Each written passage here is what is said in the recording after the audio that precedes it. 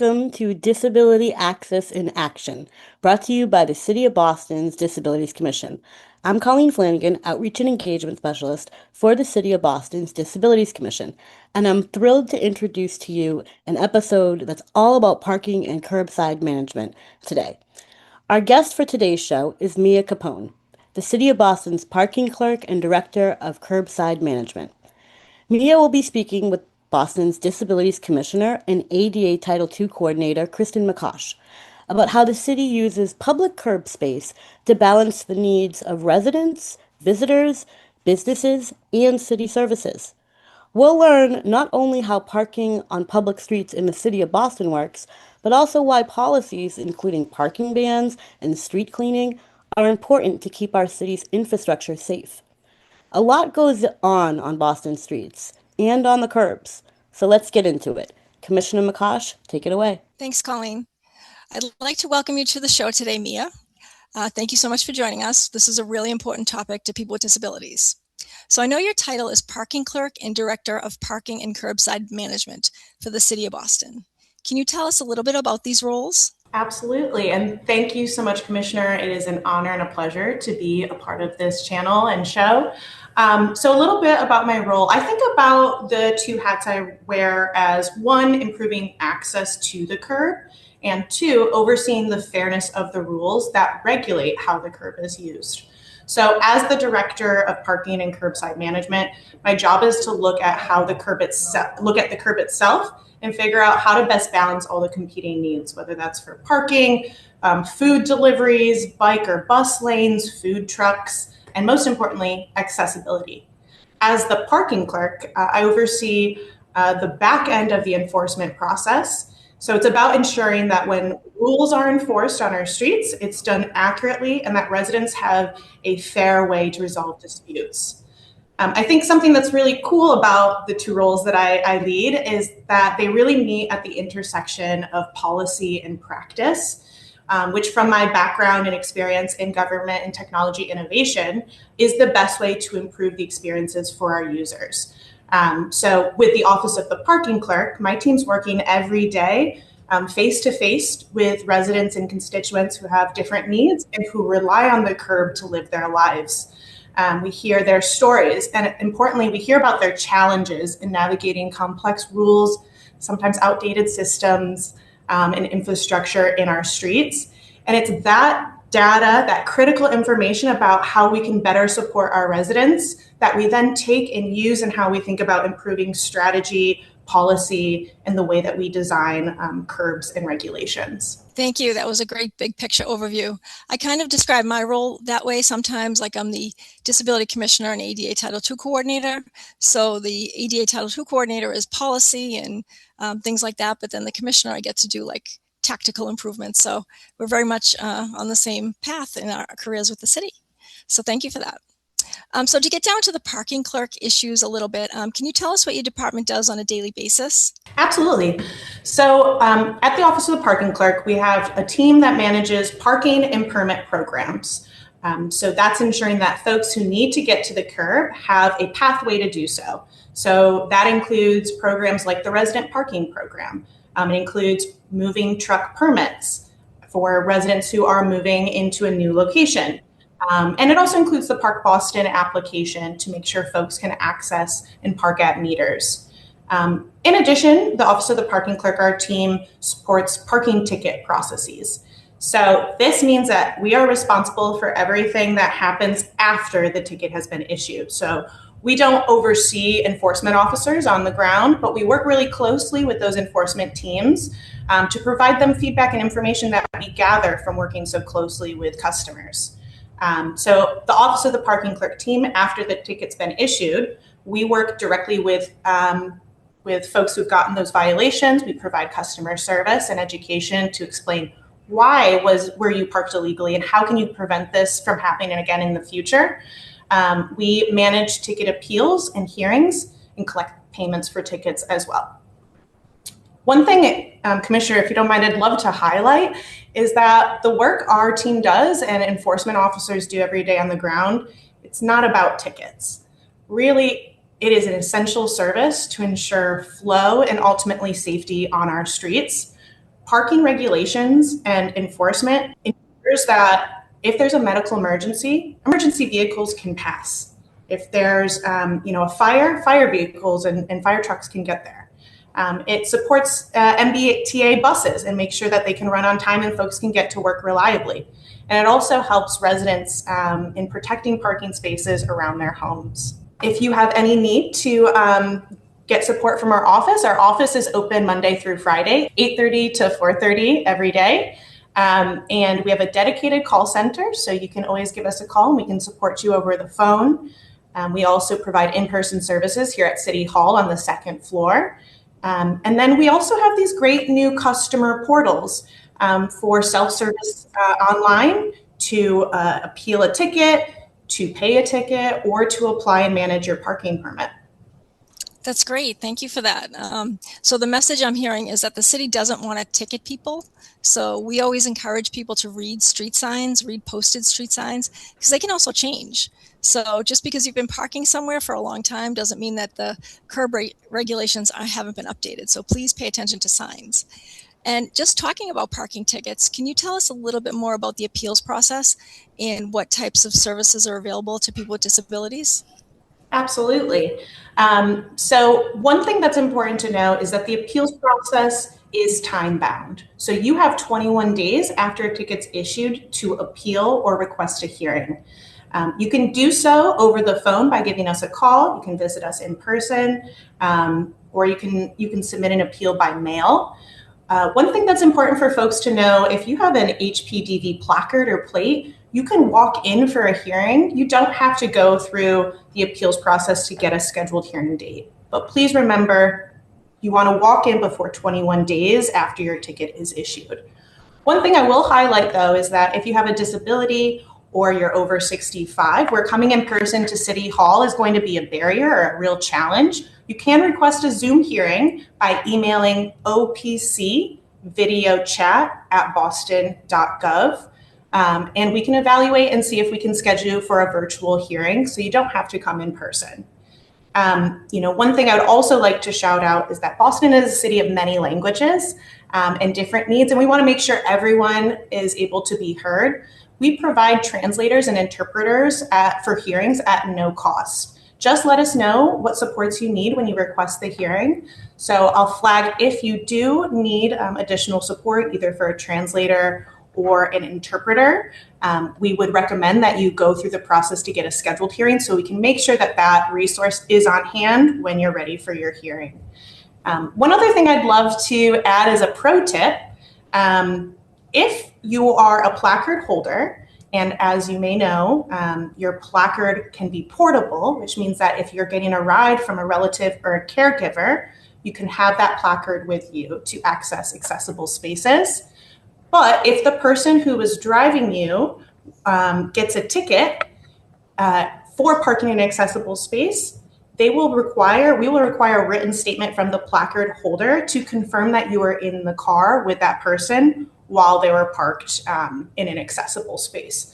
This is, again, to make sure that we have a way to keep those spaces available for the folks who truly need them. Oh, that's a great pro tip. I didn't know that myself. And so speaking of all things related to parking, I know we also we experience a lot of parking bans, and especially in like a snowy winter like we have right now. Can you talk a little bit about the need to really pay attention to these and like different types of notifications you give to residents so they can avoid tickets? Yeah, absolutely. So parking bans, one thing to know is that they are determined by the BTD commissioner. And when a snow emergency is called or another form of parking ban, it is to ensure that we have the ability to manage major arteries. So for a snow emergency, so that plows can clear the way for emergency vehicles like fire trucks and ambulances, and maintain essential services like trash pickup. We understand parking bans can be stressful, so it's important that residents understand what's expected of them at this time. As Commissioner, you mentioned, make sure you're checking the regulations where you're parking your car. If you're parked on a major artery that will be included in a parking ban, it will state that on the nearest parking sign to your space. You can also always visit boston.gov for up-to-date and helpful information on parking bans and where parking is restricted during a snow emergency. We'd also love to encourage you to sign up for Alert Boston on our website, which will provide text messages to you when a parking ban has been announced. We always encourage our listeners to sign up for Alert Boston as well, from many announcements from the city that are super helpful. Brilliant. Okay, that's great. I'm glad to hear that. Another thing I would love to flag for our resident permit holders is that if there is a snow emergency or a parking ban, we do offer discounted garage parking to support with that overflow when there's less on-street parking. So make sure you check out our website and identify which garages near you participate in this snow emergency parking, so that you can move your car and find a easy, accessible place for you to park. That's a really helpful tip. Thank you. And another type of parking restriction that we hear about a lot is street cleaning. And we know that happens all over the city. And I believe it's different times and different days in different neighborhoods. Could you just talk a little bit about that? And I'm assuming that's on posted signs as well. Absolutely. Yep, you're absolutely right, Commissioner. If there is a street cleaning restriction in place, you will see that on a posted regulation sign near your parking space. One thing I think that's interesting to know, and I actually just learned this myself recently, is street cleaning is established through a resident-driven process. So wherever you see a street with street cleaning, it was established there because a large number of residents were calling out and asking for that. Street cleaning really comes down to public health and safety. It is an essential service to keep our streets clear and accessible to all users. And we remove not just dirt and salt, especially in the wintertime, but also food and discarded items throughout the city that can attract rats, which we know is a problem we're trying to mitigate as much as possible. I think another really important thing to highlight is that street cleaning also protects our city and our infrastructure by keeping storm drains clear, preventing flooding, and also removing debris that can make sidewalks and crosswalks dangerous and challenging for folks with different abilities, and especially wheelchair users. So that's really an important aspect of street cleaning as well. So that's a great segue into our next set of questions. I want to take a few minutes to talk about accessible parking. So our listeners and viewers out there may have noticed that around the city, there are signs that designate accessible parking for people with disabilities. They have the wheelchair symbol on the sign, and you can find them in the neighborhoods, downtown and commercial districts. And my office oversees the program of applications where people can apply for a space near their home if they have a disability. And then we go through a certain process to approve or work with the resident to find out what conditions would be the most helpful. Can you talk a little bit about your involvement with accessible parking and different restrictions that are related to that program?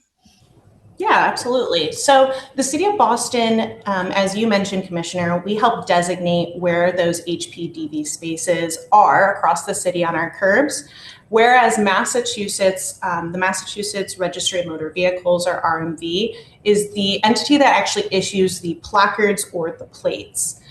When it comes to identifying the spaces, Commissioner, our team loves to work closely with your team to make sure that across the city at different community resources and residential areas, we're able to maintain accessible curbs for all of our residents, and on-street parking, accessible spaces are a key part of that formula. I think another thing I'd love to mention here is the distinction in parking rules in the City of Boston when it comes to an HPDV plate versus a placard. Plates are vehicle specific. So they'll only grant privileges for that accessible parking for the specific vehicle that is being used by the owner, whom which the plate has been issued to. Placards are portable and much more flexible. They can be used in any vehicle so long as the person to which the placard was issued to is present in that vehicle. So they could be driving that vehicle, but they could also be a passenger riding in that vehicle. Additionally, placards can be issued to children with disabilities. This allows for a guardian or caretaker to use that placard in any vehicle, provided that that child is present during that parking session. Yep, I wanted to add two more important points to that. First of all, people with a placard or a plate, they are interchangeable as far as parking in an accessible space. Anyone with a placard or a plate can park there. And if you do have a modified vehicle and a disability license plate, the City of Boston also waives excise tax for the year while you have that vehicle. So you can also apply for that through the track center in City Hall. And one other really important note is that meter fees are also waived for people who have a disability plate or placard. So we appreciate all the work that the city has done to really make parking accessible for people with disabilities. Absolutely. And one other thing, Commissioner, I'd love to share is that if you have a placard or a plate as well, you are not time bound by time restriction. So if there's a 2-hour time restriction, a 4-hour, 15 or 30-minute, you are able to park as long as you need to in those spaces with a placard or a plate. I do want to highlight, though, that the placard and plate doesn't mean you can park anywhere at any time you want. They'll still be ticketed for safety violations like blocking fire hydrants, double parking, or parking during a snow emergency. But one other question we get a lot is resident parking. If I have a disability license plate or placard, can I park anywhere in the city, even if it's resident parking? And the answer, unfortunately, is no, because the point of the resident parking is to save those spaces for residents who live in the neighborhoods. However, my office has recently started a program where people can apply to have a resident-only sticker put on their accessible space if there is an accessible space in front of their house. So if you want to learn more about that, you can email disability@boston.gov or check out our website, boston.gov/disability. We also have a map which shows the public accessible spaces in downtown and the business districts. You can find that on our website as well. Commissioner, I actually have a question for you, if you don't mind. What would be the right way to think about who is eligible for a disability placard? Okay, yeah, so those are determined by the registry, the state registry of motor vehicles, and it has to do with your mobility and different medical conditions which a person might have. And there's a list of them on the application at the Registry of Motor Vehicles website. But thank you for, again, raising that our office doesn't approve placards. We only approve the signs that go on the streets. And we do work very closely with Mia and her team to figure out the best place to locate accessible parking signs. So I'd like to switch the conversation a little bit to curbside management, because that's the other piece of your job. So again, this is more policy related and thinking about the way we use curbs. So can you talk a little bit about what curbside management is and what policies it entails? Yeah, so, one thing I've learned through working with the City of Boston is in our city, curbs are the most valuable real estate in our community. Historically, we've prioritized parking over every other curb use, but our needs have evolved and the opportunities for how we use the curb has also evolved. And especially since COVID, we're seeing a lot of new ways that people depend on the curb for access, for food deliveries, for passenger pickup drop off. So with all that, we as a city, we're also evolving the way that we think about and manage the curb to better meet the diversity of needs. Curbside management is the strategic balancing of those competing needs and usages. So for deliveries, rideshare, transit, and accessibility, rather than just viewing the curb as free storage for all cars. And why this matters, I believe, for disabilities access is that for residents with disabilities, the curb is a lifeline. If a delivery truck is blocking a curb ramp or an HPDV space, it doesn't just cause traffic, it creates a total barrier to movement for folks who depend on those essential services and access. So really our goal here isn't to just manage the asphalt, it is to make sure that every resident, regardless of how they move and where they're going, they have a predictable and safe way to access their city. We're always listening to feedback, Commissioner, and we welcome that from you in your constituencies to make sure our processes and systems are user-friendly. On that note, I do want to mention one thing that's not directly related to Mia's work, but when you talk about the importance of keeping streets open, that is the one thing that the city prioritizes after a snowfall, is they do plow the streets to ensure that emergency vehicles can get by and that people can get to work and school buses have a clear path. Different than the sidewalks. So the city always prioritizes streets when it comes to public safety. Is there anything else you'd like to let us know about your work or your role in the last 2 minutes that we have left? I think I would just like to, thank this opportunity, Commissioner, that you provided to us. We really want to, again, know how we can better support our residents, especially those who have distinct or unique needs. And we are always working to build better systems, tools, and better education for folks inside and outside of City Hall on how to best meet those needs. So I welcome any feedback. You can always reach us at our email, parking@boston.gov. Visit us in person or give us a phone call. Thank you. We really appreciate it. And again, for any information on accessible parking, you can email us, disability@boston.gov, or check out our website, boston.gov/disability. Thanks, Mia. That wraps up our show for today. Now I'd like to turn the show over to Sylvie Rosenkalt, my colleague in the office, to talk about some things that you can do in relation to parking. Hi, I'm Sylvie, the Disability Commission's Accessibility and Inclusion Training Specialist. I'm a white woman in my 30s with glasses, wearing an orange shirt and a brown sweater. I'm showing a slide that says on-street accessible parking with a picture of an OSAP sign. Welcome to this episode of In the Know, where we'll be talking about the on-street accessible parking program, also called OSAP. To use an OSAP, you must have a disability parking placard or disability license plate from the Registry of Motor Vehicles, the RMV. Here's a common point of confusion. The City of Boston does not issue the blue placards that hang in your car. We manage the parking signs on the street only. To get a placard, you must apply through the RMV. On the left of this slide is an image of the blue placard. On the right is an image of an OSAP sign. You've probably seen OSAP signs before.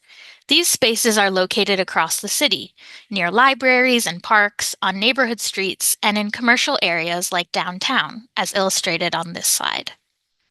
You can find a map of OSAP spaces in commercial districts by visiting boston.gov/disability, which I am showing now, clicking Resources, and scrolling to the on-street accessible parking map. This slide shows a screenshot of the map. Disabled residents can also apply to have an OSAP installed on their street, illustrated here. This program is for people with disabilities who rely on a car to get around, either as a driver or a passenger.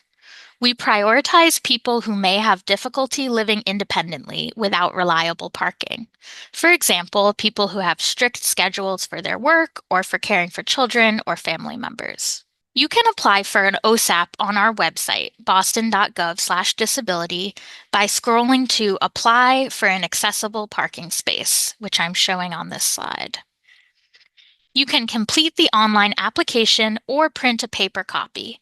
If you prefer, call us at 617-635-3682 and we can mail a paper application to your home. Having an RMV placard does not automatically mean a new OSAP space will be installed.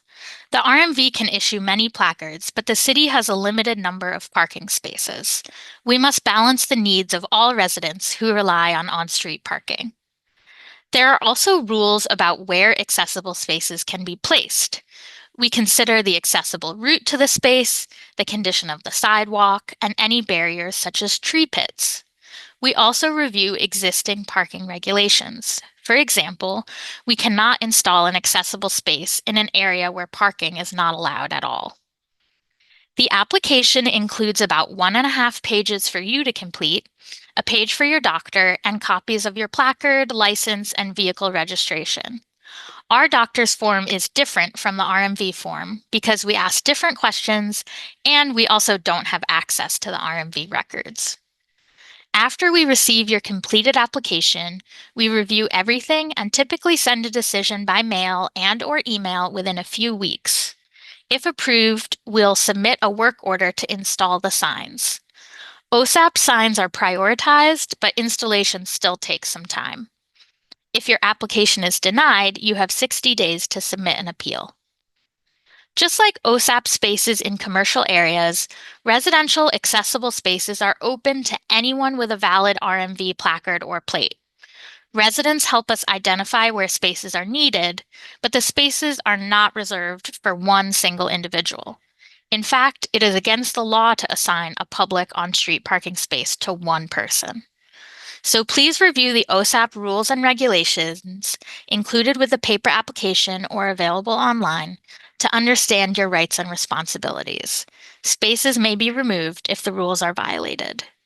Now that you're in the know about the OSAP program, visit boston.gov/disability or give us a call today. Back to you, Colleen. Thank you, Sylvie. And that's the end of our episode of Disability and Access and Action for now. Please make sure you subscribe to this YouTube channel to be the first to catch future episodes. And also, please subscribe to the City of Boston's Disabilities Commission weekly newsletter at www.boston.gov/disability to stay informed about disability access and inclusion here in the City of Boston. Thanks for watching.